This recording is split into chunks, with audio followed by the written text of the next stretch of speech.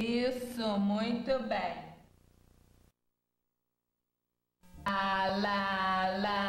Lá. Isso, muito bem. O carro. Guilherme, presta atenção. Iogurte.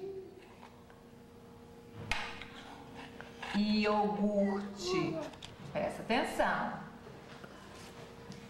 Queijo.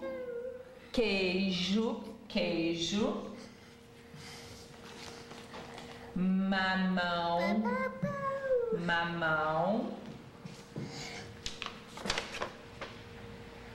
Bolo.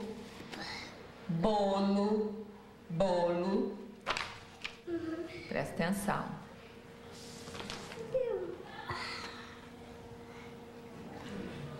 Piu.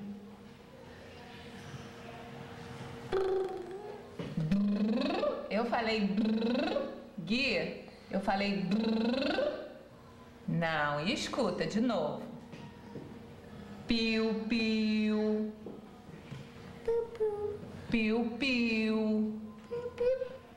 Isso. Ó, vou falar outro. A bola. Vai lá.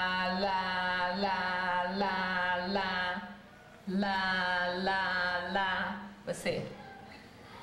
Ó, não tô escutando. Gui, tá baixinho. Lá. Isso, muito bem.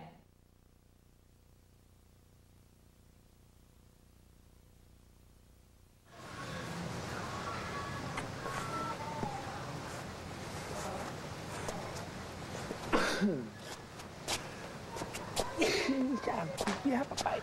Espirra.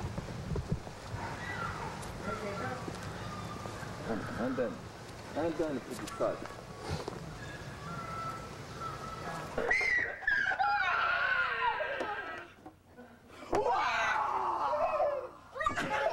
Vem mamar, Lili. O Nuno levava uma vida normal, a gente não percebia nada. Depois de ter completado um ano, é que eu comecei a supor de algum problema relacionado à audição. Aí no começo não foi muito bem aceita essa hipótese, porque não havia nenhum caso na família, não havia motivos para isso. Então esperamos mais uns 2 meses, não fizemos nenhum teste, inclusive tinha um acompanhamento do pediatra desde o nascimento dele, que em nenhum momento teve esse diagnóstico. Foi uma coisa assim que a gente até depois questionou como é que tem um acompanhamento médico e ninguém percebe isso. Isso foi assim, eu me senti um lixo de mãe, porque eu trabalhava fora o dia inteiro, e aí quando eu voltava eu ainda morava na Barra, ainda pegava um trânsito danado. Quando eu chegava em casa, o Nuno já estava quase dormindo, né? E eu me lembro que eu chegava assim, eu sempre fui meio brincalhona, eu ficava assim escondida. Nuno, mamãe chegou, Nuno. E ele continuava brincando. E eu era assim, falei, gente, esse menino é igualzinho a mim. Ele tá me punindo porque eu fiquei fora o dia inteiro e agora eu tô chegando e ele não tá me dando bola, né? E aí quando ele olhava pra mim, que ele percebia que eu tava em casa, ele ficava assim, parecia que tremia de susto, saia correndo, vinha me abraçar, me beijava e falava, esse menino é um artista. Eu não sei, eu não sabia explicar, não entendia porquê, não sabia. Na época eu fiquei um pouco preocupado até por causa eu tive um pouco de receio da minha esposa, de repente, achar que eu não fui uma boa escolha para ela, para ter os filhos dela. E fiquei receoso com isso, eu imaginei que ela, de repente, não... Mas não, foi o contrário, porque a dificuldade fez a gente ter um sentimento mais forte de necessidade um do outro.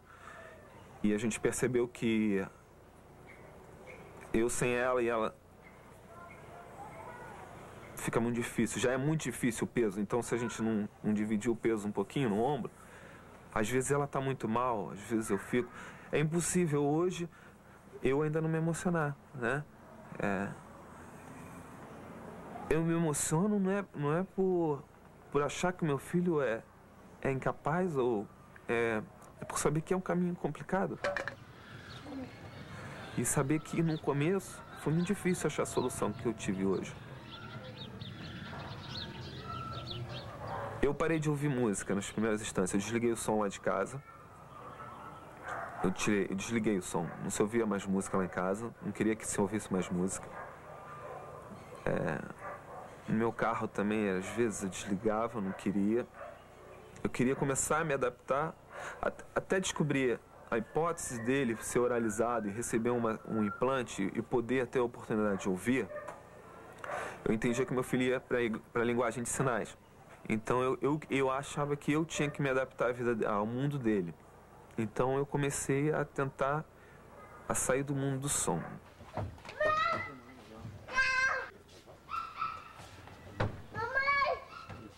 Só conseguimos trabalhar isso bem depois que a Helena nasceu surda também, que aí a gente falou, olha, então era porque tinha que ser. E se a gente tivesse um terceiro filho, provavelmente ia nascer surdo também. Então não foi alguma coisa que eu, mãe, fiz, né? E quando eu soube que a Helena era também, o filme voltou rápido na minha cabeça, então eu sofri muito ali. Sofri muito porque até minhas crenças, né? As crenças que eu tinha do que era certo, do que era errado, do que como é que você deve ser, como deve ser um ser humano. Ali eu comecei a questionar algumas coisas, me afastei até da minha religião. Hoje está difícil para mim porque o histórico está na minha família. Eu não vou falar sobre isso. Eu fui um médico atrás do outro médico e a gente descobriu que tinha uma possibilidade de implante. Foi meu primeiro contato. Ele falando, porque de surdez, de ouvido. Eu falei, porque eu não sou médica, doutor. Ele falou, qual a sua formação? Eu falei, eu sou engenheira. Aí ele falou, então você vai entender tudo. Porque é acústica pura o que eu vou te explicar. E ele começou a explicar como é que funciona. Então, a primeira vez que eu ouvi falar do implante, de como é que funcionaria mais detalhadamente, não me pareceu ficção científica, não. Me pareceu uma coisa muito real. Eu olhei, eu falei, não, é isso que eu quero. Eu não quero saber quanto custa, eu não quero saber muitos detalhes do processo, eu quero fazer.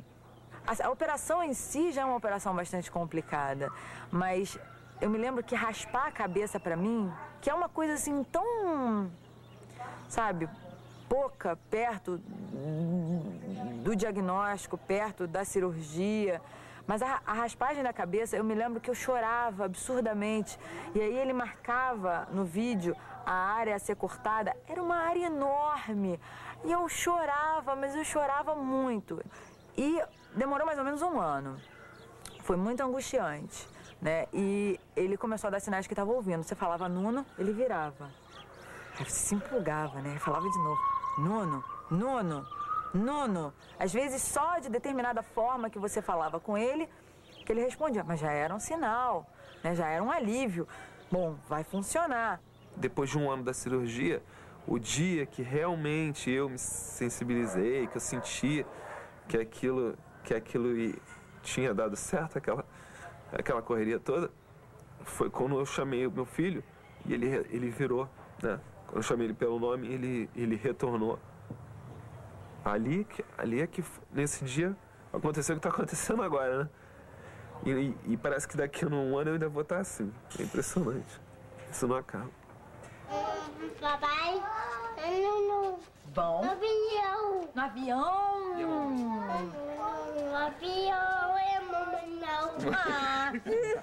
Quando eu descobri que a Helena era surda, pintou aquela dúvida do tipo, será que eu teria feito tudo dessa forma? Eu tenho a chance agora de, sabendo o que eu sei, fazer as melhores escolhas.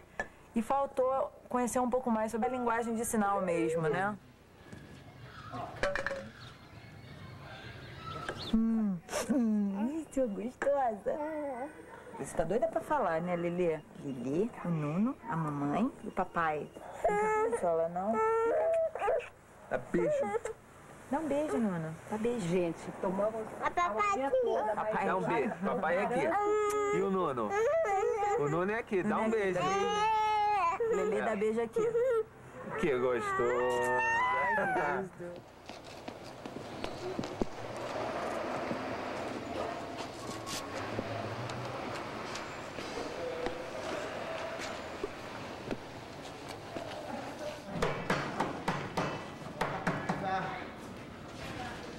Alô?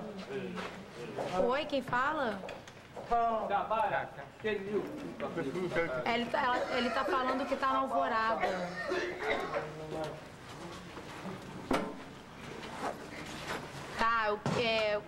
Ele tá falando que vai ficar aqui o dia inteiro, porque ele tá organizando a festa de 50 anos, tem muita coisa pra fazer. Ele falou que tá morrendo de saudade de você, que te ama muito, tá sentindo sua falta. Você abandonou o pai.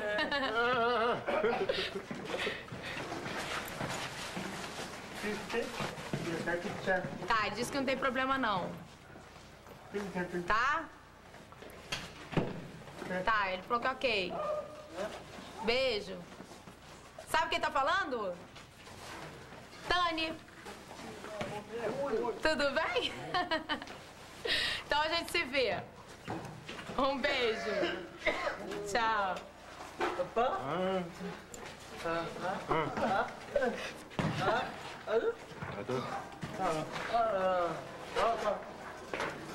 Meu nome é Tani, né? Eu sou filha, sobrinha e neta de surdos. E eu tive que, na verdade, conhecer o mundo dos ouvintes, né? Porque o meu mundo era o mundo dos surdos. Então, a minha primeira língua foi a língua de sinais. Eu tive que ir para a escola para aprender a falar. E os meus pais me alfabetizaram, me ajudaram a se alfabetizar na língua de sinais, na verdade, né?